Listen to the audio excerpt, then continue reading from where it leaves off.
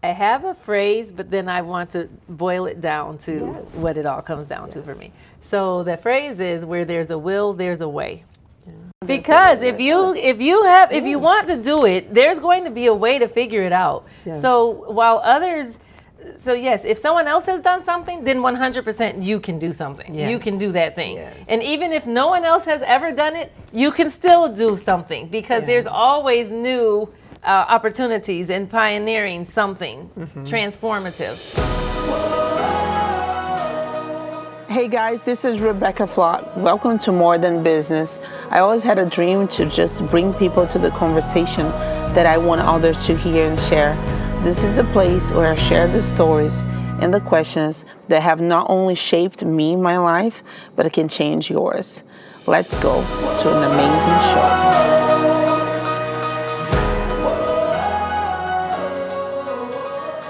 Sharisse, I'm so excited to be able to see and talk to you. Yes. You have been a light into my life, and I'm honored that people get to meet you and sit with you for this next time in this podcast. The first time I saw you, I was very impressed by you, I was sitting in that commercial council in Orlando, and I saw you speaking, and you spoke so well. You knew exactly what you're talking about, and that was the journey that I had to the point where we're able to actually meet you and hear all the wonderful things that you have to share. How did you become the president of CIFCAR? First, let me just, for the benefit of everyone that may tune in, CIFCAR stands for the Central Florida Commercial Association of Realtors, and my journey to president is interesting, so I'm happy to share it. I had applied for a designation, a mentorship program. It's called the CCIM. And it was a mentorship program that helped people who were either in the commercial real estate space or wanted to get into commercial real estate to understand what the designation is and how it can assist them. And also you would be paired with a mentor. So I found out about the program only right when the application deadline. I had found out about the program, and so I reached out. Although it said it just passed, when I saw the announcement of it, I still reached out to the person who was running it. And when I reached out to him, he says, you know what? He interviewed me a little bit and asked me what was I looking to get out of it and just all the things. Based on my answers and everything that I shared, he says, we are going to make room for you to give a spot. And yes, we'd like to have you participate with this mentorship program.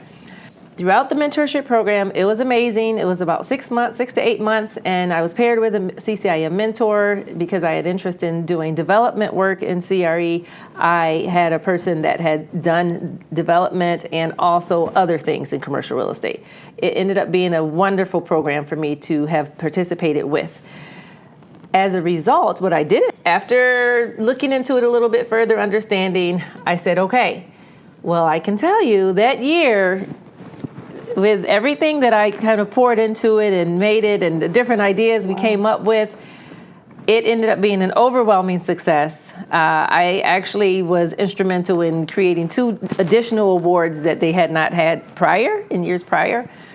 And that in and of itself was a game changer.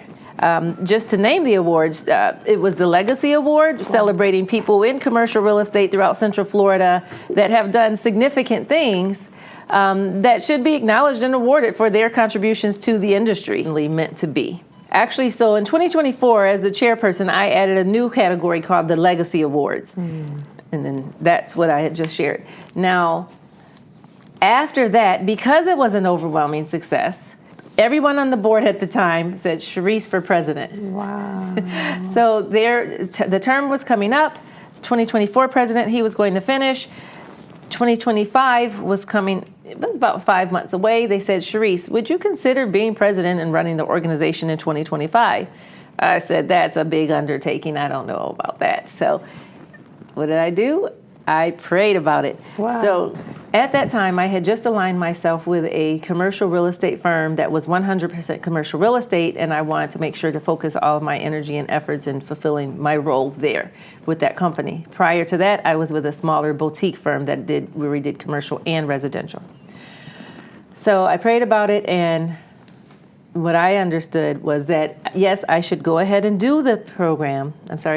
I should go ahead and become president, accept the nomination, because it would provide access. And that is the key word. Yes. That is the key word. Love it. Yes.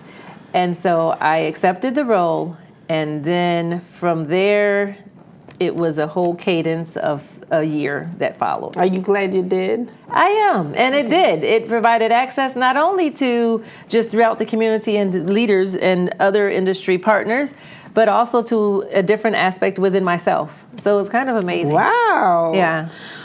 As a woman, because sometimes they say that commercial real estate is very masculine, right? Mm-hmm. As a woman coming into this field, how did it feel for you? Okay, so absolutely, it is, like you had just mentioned, a pretty much still male-dominated industry, commercial real estate. And I should say there was a challenge that I did have, a significant challenge. And it may not be significant, but nonetheless, it was there. When I would make calls, different things like that, some people would return calls, some people may not return calls. Yeah. That's one thing. And also I felt that based on the firm I was calling from, people would determine if they're going to answer the call or take it seriously, depending on the firm. But the other thing is, because I have an interest and I am pursuing a career in development as well, I was told by an industry partner that's been in the industry for decades, that while my aspirations were very noteworthy, I didn't really have a chance to do it. And so that is like game on. And so that was something that, from that time period, I said, well, he doesn't know who I know, because it will happen. It's just a that's matter the of moment time. it will say, thank you for saying that, because now I get to share what you said, and then I get to share what actually happened. That's right. That's good. Exactly. That's really powerful. So continuing with this is, what were one of the most significant moments or deals that you had in your career? Okay, sure. One of the most significant deals that I have had is one at the former, what they called RDV. Now it's called the Genesis Health Complex, and it's in Maitland. I had a buyer, a tenant, that was looking for space that had basketball courts, because she had a sports academy. Wow. She had outgrown their small space and needed space, offices, and all the things for classrooms, and also to expand the program from just a middle school program, but to include high school. We came across an opportunity where there was this health complex where it was the original part of, within the 300,000 square foot complex, they had, the Orlando Magic had their executive offices, their former executive offices. So one of the things is, it was difficult for them to rent this specific space. It was around 30,000 plus square feet. Mm-hmm. It was difficult for them to rent it because a lot of the rooms overlooked basketball courts. They had a further challenge, because prior hurricanes had made it water damage. So that whole area just kind of had gone unused for a while. Enter me and my tenant. It was perfect for our offices and classrooms that overlook the basketball court, because they are a sports academy, and their primary sport was basketball at the time. Oh, that's amazing. Yes. Well, what's even more amazing about it is that so navigating the lease it was full of challenges. She was pretty much more of a startup type of a client, because she had less than 5 years in the business. However, she had a thriving concept, and it was explosive, and everyone just kept pouring in and wanted to be part of the academy to join. Well, we had to navigate the challenges of this landlord accepting this prospective tenant who didn't have the experience and balance sheet, but they were willing that comes to. With a challenge. Yes. They were willing to, they said, okay, only if we signed the long-term lease. We signed a 10-year lease. Mm-hmm. We took that entire wing of space. We took also room on the first floor for a daycare center that they were going to add in, the child care center that the sports academy was adding in for the benefit of parents and just to make it easy for parents. And they were able to scale their operation all the way from 6th to 12th grade And it's called, that same academy is still in operation now, and they've done extremely well. Oh. But it was a very laborious process to get there, to get to the point of you're success. part of that. Yes, and I'm a part of that. And that's your it's legacy. Still operation. That's Operating. your legacy. Yes. It's like a work behind the scene that no one sees it, but without you, nothing of that would have happened. Yes, without me and the client and the grace of God. Yes, amen. That's amazing. So when you think about all that, and we were talking, you were explaining to me about legacy, right? Yes. Is the things you're building that it's unspoken and it's being recorded in your heart and the paperwork, right? But not everybody, I don't know if you walk in the building and see your picture of that, right? Yeah. What would you believe is a true legacy? Oh, wow. What I believe is hold on, I have to itch my nose, sorry. It's okay. Okay. What I believe is a true legacy is the difference that you make in others' lives and the impact that you had on the community that surrounds you and the people that you connect with along the way. That's incredible. And with that, what you said is why that investing in people is important to you. Well, I know that one of a personal gift that I have is I am a catalyst for change. So. Oh, that's beautiful. Wait, that's gorgeous. Say again. That is just so powerful phrase. Yes. Say it again. Absolutely. So I know that I am a catalyst for change. It's a God-given gift. Yeah. And so whether that means connecting someone, providing resources, or doing whatever is necessary, taking the steps necessary to help others to be successful, I find great joy in that. That's beautiful. Do you have a quote that you live for, a quote that you always wanted to teach others, or a first thing that comes to your mind? It could be a quote, a Bible verse. What's a phrase that you live by? Okay, sure. So I have a phrase, but then I want to boil it down to what it all comes down to for me. So the phrase is, where there's a will, there's a way. Yeah. I heard you saying that many times. Really? Yes. Because if you want to do it, there's going to be a way to figure it out. Yes. So yes, if someone else has done something, then 100% you can do something. Yes. You can do that thing. Yes. And even if no one else has ever done it, you can. Yeah, pretty much. Yes, 100%. Not pretty much. Yes, I do. Mm-hmm. And while you have to be, what do they call it, politically correct, or however in the way that we traverse conversations in the world we live in, yes, at the foundation of who I am, 100%. That's beautiful. Sharisse, I just want to say, I see this beautiful heart that you have for mentoring and teaching and helping and guiding. When did that start?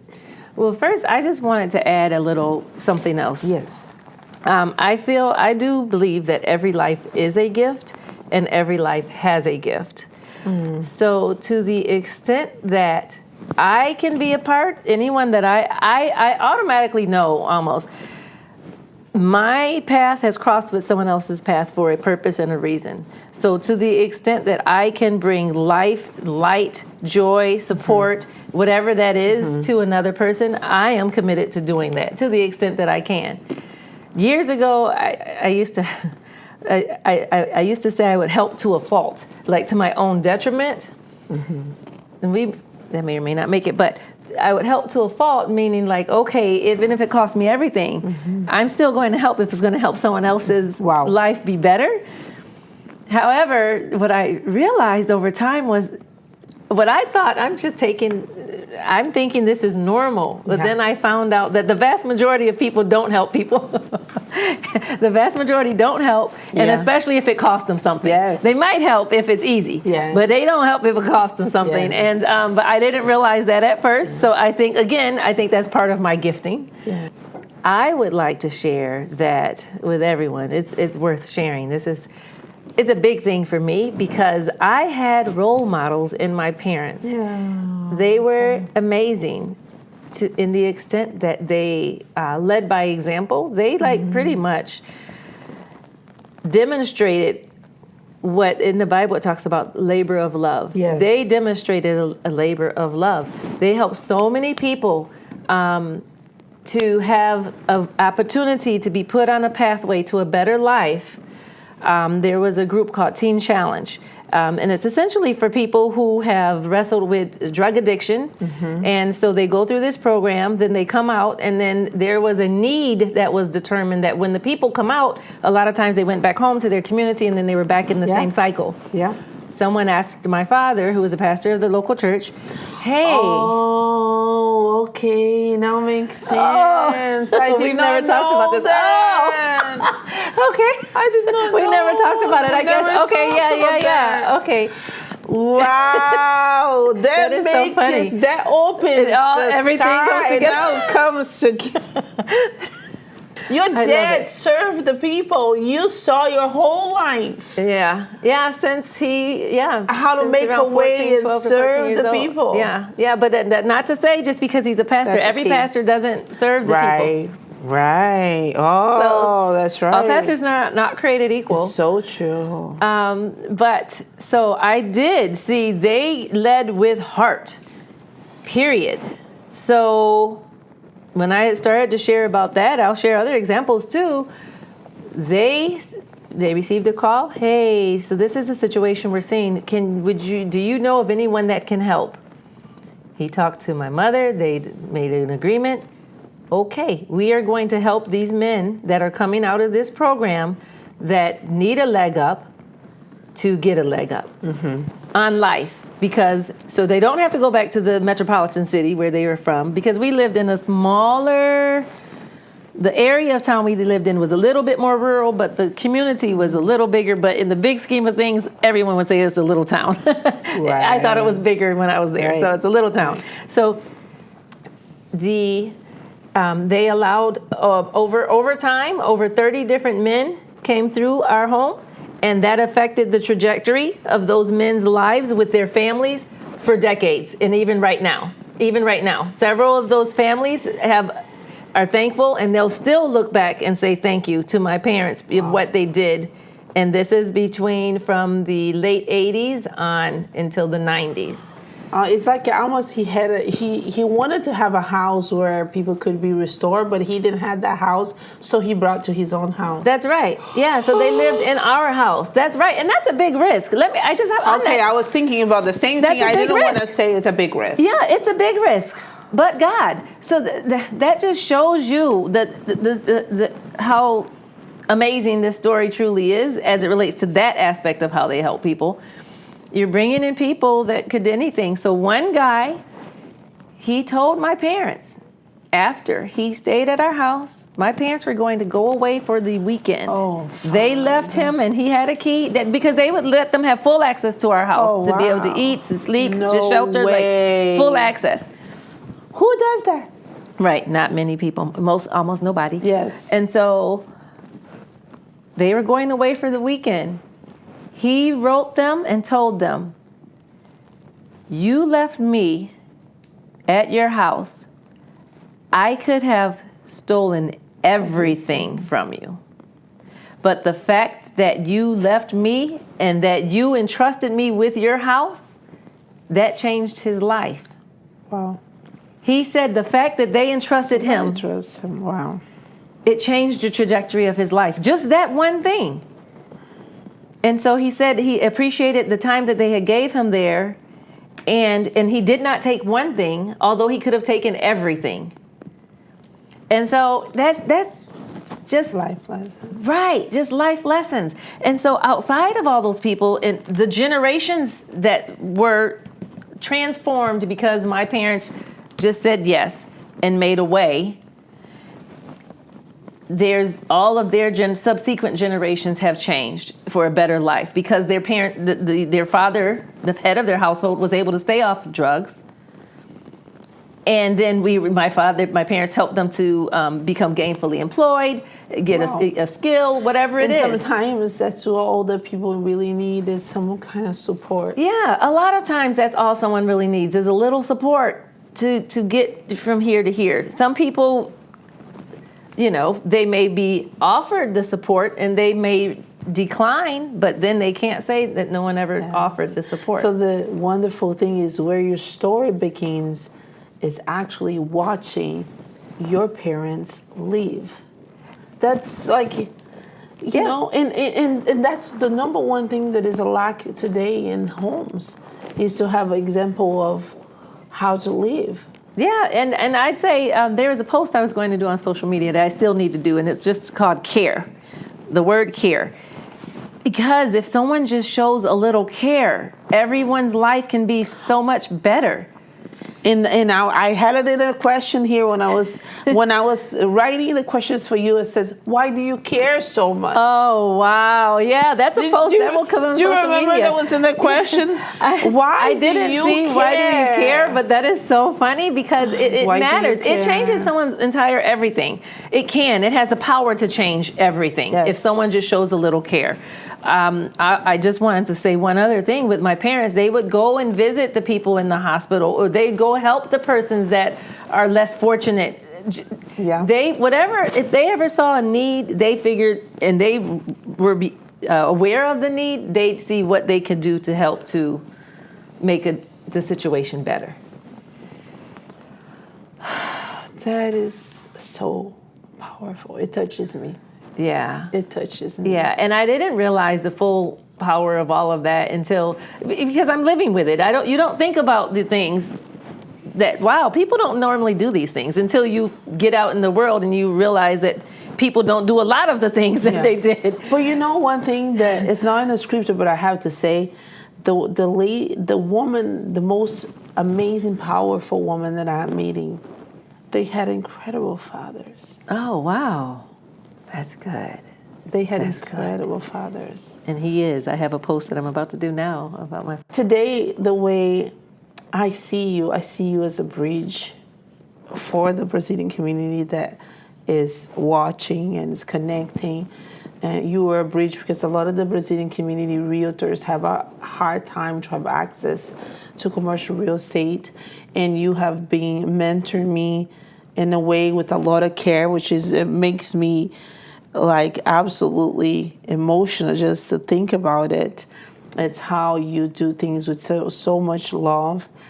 And when you think about this, what all this can happen, and if we're thinking about 20, 30 years from now, for all the legacy that you can build and help and teach and bridge to the people that want to do and build in Florida, in the United States, what would you, if let's say this, if there's an investor watching, he's sitting in Brazil right now, and he says, I have the money and the resources, but I wanted somebody trustworthy that I can handle the key of my money to invest in the United States.